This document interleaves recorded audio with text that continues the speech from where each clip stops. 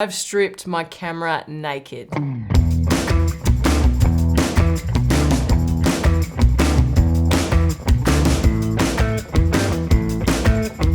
What's cracking, everyone? Amy Crichton here, and in today's video I'm going to tell you why I've taken off all the fancy shit off my Sony FX6. So previously I've done a video on my Sony FX6 cinema camera rig setup, whatever you want to call it. I will link it up there.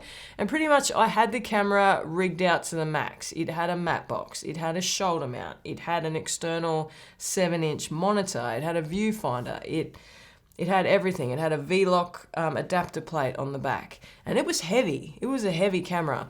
And it was meant to be because it was built out for a shoulder rig and to be a cinema camera. And it worked great. So I shot with the FX6 rigged out to the max as a big chunky cinema camera for months. And it was really, really good. We used the FX6 as an A camera and then used the Sony a7S III as a B camera as a smaller setup on gimbals, smaller shoots, things like that. And the FX6 was the A camera. It was there to impress clients on bigger gigs, higher paying productions, that kind of thing. Then you just get to a point in your life when you say, I'm just gonna take all of this stuff off and see what it's like. So that's what I did. I stripped it back bare naked, and been shooting like this for only probably a handful of shoots so far, and it's really different. So I'm shooting with the FX6 how Sony initially intended us all to use this camera.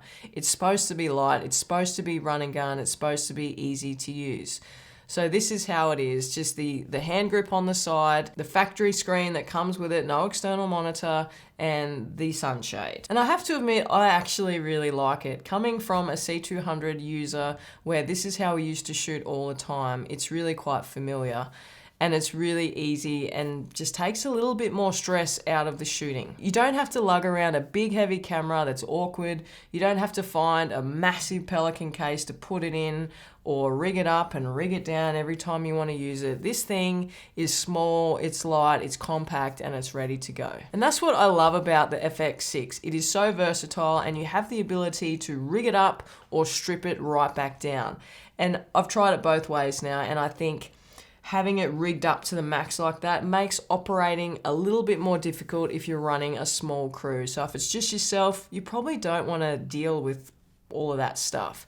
You probably want a smaller rig, strip it back, make it lighter, make it easier for yourself. But if you have a 3 to 4 man crew just in your camera department as a focus puller, a camera assistant, a DOP, and an operator, then why not rig it out, trick it out, do as much as you can to get that shot perfect. I think also a big factor of rigging up your camera with all those bits and pieces is you think it makes it more impressive to clients, and it does. I can attest to that.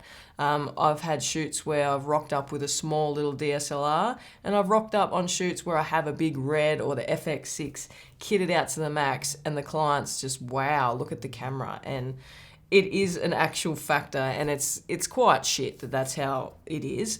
It doesn't mean that a bigger camera does a better job or a bigger camera makes the operator better at all, but it is just a perception in the client work field that if you have a bigger, impressive camera, then they get what they're paying for. So ultimately, how you rig up your camera is up to you. It's up to your unique situation, and make sure that you enjoy operating your camera. Do not trick it out with all this stuff if it just makes it a hindrance and it makes it heavy, and then you just don't want to use the camera because it's too big and it's too hard. Shoot how you want to shoot and make it enjoyable for you. And that's it, guys. I hope you enjoyed the video. If you did, please like, subscribe, comment down below, and I'll see you in the next one.